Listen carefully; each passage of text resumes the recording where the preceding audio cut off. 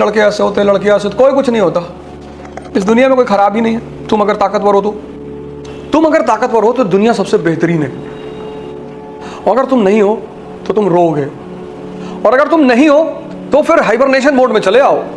फालतू में democracy, Republic, justice, equality, fraternity, ये सब बेवकूफ़ी वाले शब्द हैं। ये सिर्फ मेंस में आंसर लिखने के काम आते हैं। कभी एक काम करना, रेलवे स्टेशन पे जाना शाम को 8 साढ़े 8 बजे के आसपास। बहुत सारी ट्रेनें बंगाल के लिए निकलती हैं, तो उनमें जो जनरल डिब्बा होता है ना, उसको वॉच करना। मतलब 700 की सीटिंग में 7000 लोग घुसते हैं। उसमें जो शरीर से बलशाली लोग होते हैं ना, वो दुबले पतले आदमी को उठा के फेंक देते हैं बाहर। बट वहां कोई रिजर्वेशन सिस्टम तो है नहीं। Survival of the fittest. तुम जिन मुद्दों पे तुम फोकस्ड हो, ऐसा नहीं कि तुम संत हो, महात्मा हो, इन पे बात नहीं, इन पे बात, कुछ मुद्दे दुनिया में ऐसे जिन पे बात करनी ही नहीं है। उनमें से एक है प्रेम, पर करना बहुत है। कितनी पैराडॉक्सिकल बात है कि जीवन में प्रेम ही करना है 28 आवर्स, 4 घंटे सपने में भी, पर कभी बात नहीं करनी है। अगर तुम बात किए तो खत्म। बात जब भी करनी है तो मुद्दे की करनी है। तो कभी कभी तुम देखो, तुम ट्रैवल कर रहे हो, बगल वाला तुरंत पूछता है, और भाई साहब कहाँ जा रहे हैं? अबे डायरेक्ट फ्लाइट है यूएस की। तुमने कहा गोरखपुर जा रहा है, अभी ऐसे मुड़ेगा और फिर मुड़ने के बाद हमें गोरखपुर उतारेगा। अरे कहाँ मजाक कर रहे हैं? मैंने कहा भाई डायरेक्ट है, कनेक्टिंग थोड़ी है कि एम्स्टर्डम रुकेगी, दुबई रुकेगी, सीधी फ्लाइट है। तुम्हारी सी बात है, अमेरिका जा रहे होंगे। सॉफ्टवेयर कंपनी में काम करते हैं, मैंने कहा ठेकेदार हैं, रियल एस्टेट, व्हाइट हाउस खरीदने जा रहे हैं। उसके बाद उस बंदे ने 22 घंटा बात ही नहीं किया। समझ गया डिस्टर्ब है ये। सोचो अगर उस समय बात का लाइन खोल देता तो 22 घंटे अनावश्यक बातें, बिना मतलब। उसमें किताबें पढ़ी, सीरीज देखी, साजिश तैयार की कि इसको कैसे मारना है, इसको कैसे हटाना है। चेस होता क्या है? चेस कभी तुम रिक्शा वालों को खेलते हुए नहीं देखोगे, और अगर रिक्शा वाला चेस खेल रहा है तो बहुत दिन तक रिक्शा वाला नहीं रहेगा, वो गोली खेलेगा। अरे game also depends upon class. नहीं, गेम जो है ना वो भी क्लास पे डिपेंड करता है। चेस खेलना इतना आसान काम है यार, सर दर्द करने लगता है आदमी का, जिनको खेलना नहीं आता, जिनको मजा नहीं आता। ये जो आम आदमी है ना, इसकी जिंदगी पत्नी, साली, सेक्स, शराब, इससे ऊपर जाती ही नहीं। इसीलिए वो जो रूलिंग क्लास दुनिया में सिर्फ 2% है बस। वो इन चीजों को एंजॉय करता है, सोचता कभी नहीं, बात कभी नहीं करता। तुमसे इस मुद्दों पे बात ही नहीं करेगा। जब भी तुम्हारे साथ बैठेंगे, इकोनॉमी, पॉलिटी, IR। अब तुम देख लो कि तुम दोनों में से कौन हो। कुछ चीजें हैं जिन पे बात नहीं करनी है। जब आदमी तुमसे बात करता है ना, तो सिर्फ वो बात नहीं करता, वो अपनी पर्सनैलिटी भी बताता है। इसलिए किसी को जानना हो तो कोशिश करो कि वो ज़्यादा से ज़्यादा बोले, और वो उसी टॉपिक पे बोल सकता है जिस पे उसको कुछ पता हो। फिर ये चिल्लाता है, भैया हमारी किस्मत खराब है, तुम्हारा दिमाग खराब है।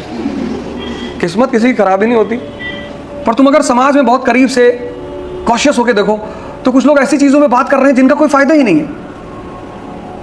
कौन बड़ा डॉन है यूपी में, क्या करेंगे हम जान के? कुछ कर पाएंगे? तुम बात किस मुद्दे पे कर रहे हो? इसलिए पहले कॉफी हाउसेस होते थे, वहां सब लोग नहीं बैठते थे, बहुत इंटेलेक्चुअल क्लास बैठता था उस शहर का। किसी भी शहर में जाओगे तुमको कॉफी हाउस मिलेगा। इलाहाबाद जाओगे तो वहाँ कॉफी हाउस है, लखनऊ में कॉफी हाउस है, तो वहाँ शाम को सब बैठते थे, डिबेट करते थे, डिस्कशन। अमेरिका में ये शुरू हुआ था कॉफी हाउस का, बेंजामिन डिज़राइली उसने शुरू किया था, बेंजामिन फ्रैंकलिन ने, उसने ये कॉफी हाउस की चेन शुरू की थी। वहाँ बैठ कर लोग डिस्कस करते थे। अब तो डिस्कशन वगैरह रहा नहीं। संगत पर ध्यान देना अपनी। जो तुम्हारे अगल बगल लोग रहते हैं, ये तुम्हारे डेस्टिनी मेकर हैं। इतना बड़ा तोहफा भगवान ने दिया है इंसान को। सबसे ज्यादा जोर दिल पे देता है, उसको जब देखो तब लव हो जा रहा है।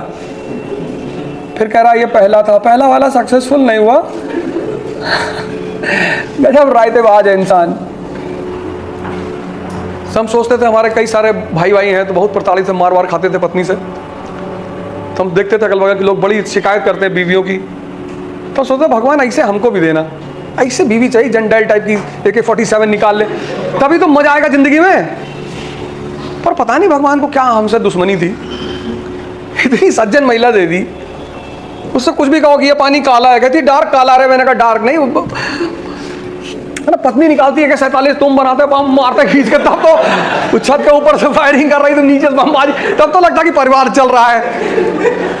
बच्चे अगल बगल गन की पोजीशन लिए बैठे रहते कि किसकी तरफ से मारना है, किसकी तरफ से गोली चलाना है। सब कहता है ना, मास्टर हमेशा जो है हिंसा की बात करता है। 1 अरब 50 करोड़ लोग इस देश में रहते हैं, 1 बिलियन 50 करोड़। ये देश सिर्फ 50 करोड़ लोगों को संभाल सकता है। 100 करोड़ इज अ बर्डन। किसी का हक मारोगे तभी तुम्हारा हक तुमको मिलेगा। There is no possibility of liberty, equality and fraternity now. जो तुम सुबह ब्रेड खा के आए हो ना, तो किसी का हक मार कर आए हो, कोई भूखा सो रहा होगा। इतना है ही नहीं कि सबको दे दो, और अगर है भी तो लॉ ऑफ इकोनॉमी, सबको दे दोगे डिमांड बढ़ जाएगी, सप्लाई बढ़ जाएगी, सप्लाई बढ़ेगी, इन्फ्लेशन बढ़ जाएगा। उसको भी तो प्रोटेक्ट करना है। बहुत लोगों को मैंने देखा वैगनार पे पीछे लिखा रखा है गॉड्स गिफ्ट। अरे यार, कैसी बेइज्जती वाली बातें कर रहे हो। भगवान को देना होगा, वैगनार देगा, ये देगा। ये जो गैलेक्सी कंट्रोल कर रहा है, यूनिवर्स कंट्रोल कर रहा है, सोलर सिस्टम कंट्रोल कर रहा है, वो वैगनार गिफ्ट में देगा। एक प्लेनेट दे देगा, बहुत खुश हो जाएगा आपसे। तो और ज्यादा खुश है तो सोलर सिस्टम दे दिया, एक गैलेक्सी का मालिक ही बना दिया। ये गाड़ी वाड़ी पे मत लिखा करिए गॉड्स गिफ्ट, ये बेइज्जती है उसकी। हर आदमी अपने हैसियत के हिसाब से गिफ्ट देता है, और भगवान की यह मोनोपोली है। उससे धन नहीं मांगना चाहिए, उससे कार नहीं मांगने चाहिए, उससे विवाह के लिए प्रार्थना नहीं करनी चाहिए, बच्चे के लिए, ये सब मानवीय कृत है, ये मानव खुद करने चाहिए। उससे ये चीजें मांगनी चाहिए। और जिस पे खुश हो गया और हाथ रखा सर पे, ये चीजें कूट कर भर गई। दुश्मनी कौन करता है? मूर्ख। फूल्स हैव एनिमीज। बड़ा अजीब सी बात लग रही होगी आपको। मूर्खों के दुश्मन होते हैं, मूर्खों के। काहे की दुश्मनी? और आम आदमी के दोस्त होते हैं, और महान लोगों के या तो फॉलोअर होते हैं या विरोधी होते हैं।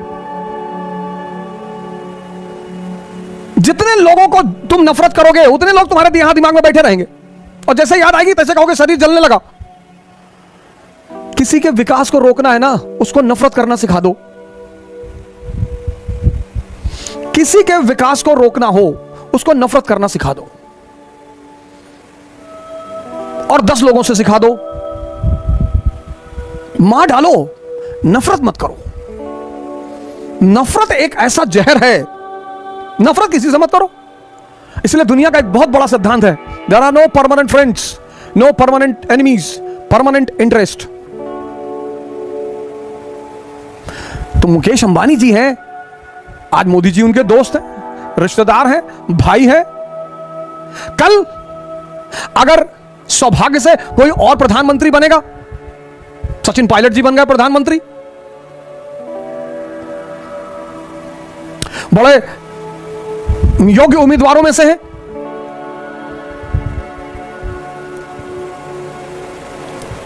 बहन मायावती बन गई प्रधानमंत्री, एक बार मुख्यमंत्री बनी थी यूपी की, मजा आ गया था जी। बस वही सिद्धांत पर वो चलती रहती, बस उसी सिद्धांत पर कि जनता की शांति और प्रॉस्पेरिटी। जब वो पहली बार यूपी की प्रधानमंत्री बनी और उन्होंने लॉ एंड ऑर्डर मेंटेन किया, हर आदमी ने उनको अपना नेता मान लिया। हर आदमी ने, बच्चा बच्चा, किसी भी जाति का, किसी भी धर्म का, सबने उनको अपना नेता मान लिया कि बस बस भैया, बस भैया बहन जी को लाना है भैया। फिर बाद में पता नहीं उन्होंने क्या सोचा, तुम अंबानी जी उसके दोस्त हो जाएंगे, वो अंबानी जी का दोस्त हो जाएगा, फिर वो अंबानी जी का भाई हो जाएगा।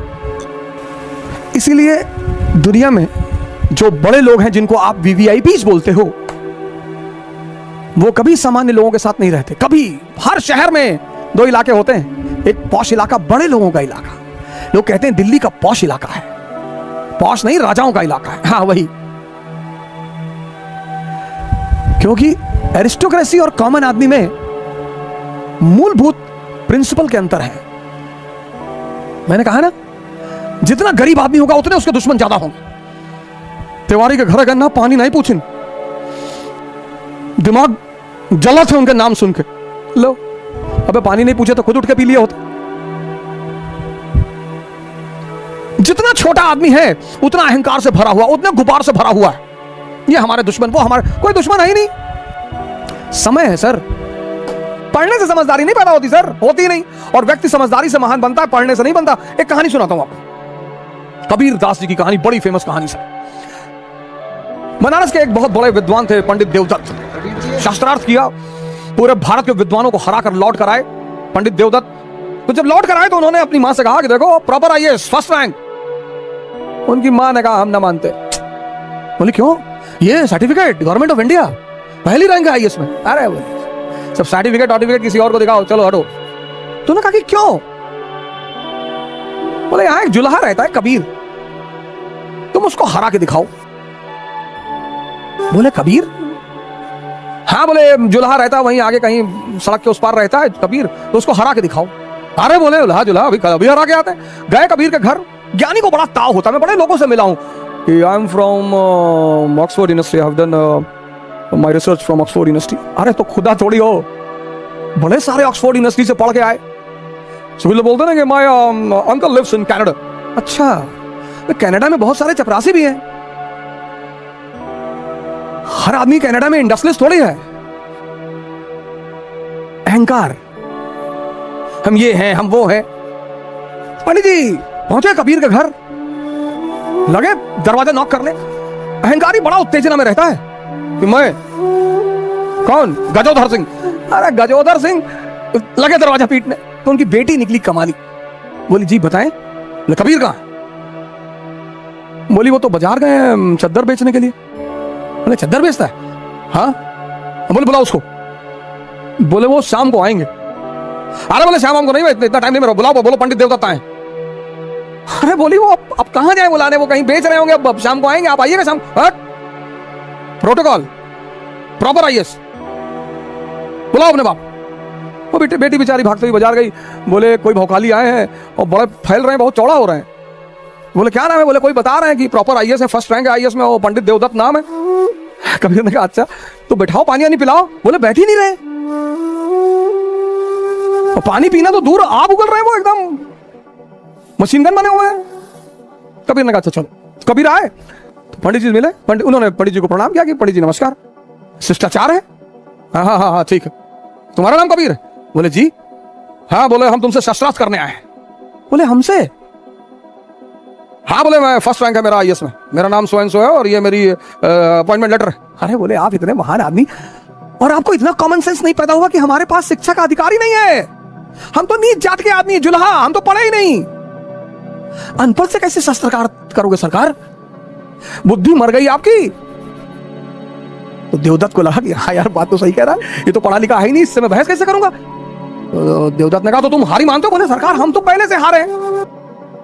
देवदत्त लौट के आया, बोला यार किसके यहां भेज दी थी मरा हुआ आदमी? जाके बताया हम गजोधर सिंह। लगा कांपने ऐसे ऐसे करके और पैर पकड़ लिया, रोने लगा, कहा भैया माफ कर दो। उसकी मां ने कहा मैं ना मानती, लिखा के लाओ। ऐसे तो ना मैं मानूंगी, लिखा के लाओ। लिखा के फिर आए पंडित जी, बोले लिख के दो। बोले पंडित जी आप कुछ प्रॉब्लम है आपको, जब मैं पढ़ा नहीं तो लिखूं कैसे? फिर इनको बड़ी बेइज्जती महसूस हुई, हाँ यार पढ़ा तो है नहीं। तो पंडित उन्होंने कहा आप लिख लो जो आपको लिखना हो। तो उन्होंने लिखा एक कागज पे कि मैं कबीर पंडित देवदत्त से शास्त्रार्थ में हार गया। बोले इसमें दस्तखत कर दो। अरे बोले भैया दस्तखत ना हो पाए, अंगूठा लगा देते हैं। बोले हाँ लगाओ लगाओ, जो भी लगाओ अंगूठा लगाओ। तो लगा के अंगूठा वो लेकर आए और कागज दिया अपनी मां को, कहा ये देखो अब मानती हो? तो मां ने कागज पढ़ा तो उसमें लिखा था कि मैं पंडित देवदत्त कबीर से शास्त्रार्थ में हार गया। तो मां हंसने लगी, बोली मुझे तो पता था कि तू हार जाएगा। पंडित जी बड़े सख्ते में आ गए, बोले अरे तो प्रिंटिंग मिस्टेक हो गया। फिर भाग के आए तो कबीर ने कहा यार एक काम करो, 10-12 पेज में लिख लो, हम सब में अंगूठा लगा दे, बार बार आके परेशान ना करो, उनको चद्दर बेचने होता, खाने का टाइम है यार। तो पंडित जी 2-4 कागज में लिख लिया कि हम लिख के अंगूठा लगवा लिए। तो जितने कागज में लिखे लाके अपनी मां को दिए कि साहब ये है। और हर कागज में लिखा हुआ था मैं पंडित देवदत्त कबीर से शास्त्रार्थ में हार गया। मामला बड़ा गंभीर हो गया, राजा के पास पहुंचा, सुल्तान दिल्ली सुल्तान के पास मसला पहुंचा कि देवदत्त ने कहा कि पंडित सरकार ये तो बड़ा जो है बेईमान आदमी है, ये कुछ तंत्र विद्या जानता है सरकार, मैं लिखता कुछ हूं लिख कुछ और जाता है, मेरे सामने लिखो। तो पंडित जी ने लिखना शुरू किया कि मैं पंडित देवदत्त कबीर से हार गया। सुल्तान ने एक बार तमाचा की, खुद ही गलत लिख रहा हो। तो उसकी मां हंसने लगी, बोली तू कब समझेगा तेरा अहंकार तेरी आंखों पर पर्दा डाल चुका है। यह होती है समझदारी। राजशाही जो है ना, राजशाही वो शिक्षा का खेल नहीं है। राजशाही शिक्षा का खेल नहीं है। शिक्षा इंफॉर्मेशन देती है बस। शिक्षा, कभी पंडित जवाहरलाल नेहरू के शिक्षा की बात होती है? नहीं। ऑक्सफोर्ड से पढ़े थे बस। उनसे ज्यादा ज्ञानी थे वीडी सावरकर, अंबेडकर, बोस। लेकिन पंडित नेहरू भारत के और विश्व के एक सफलतम नेताओं में से एक हैं। क्यों? समझदारी है।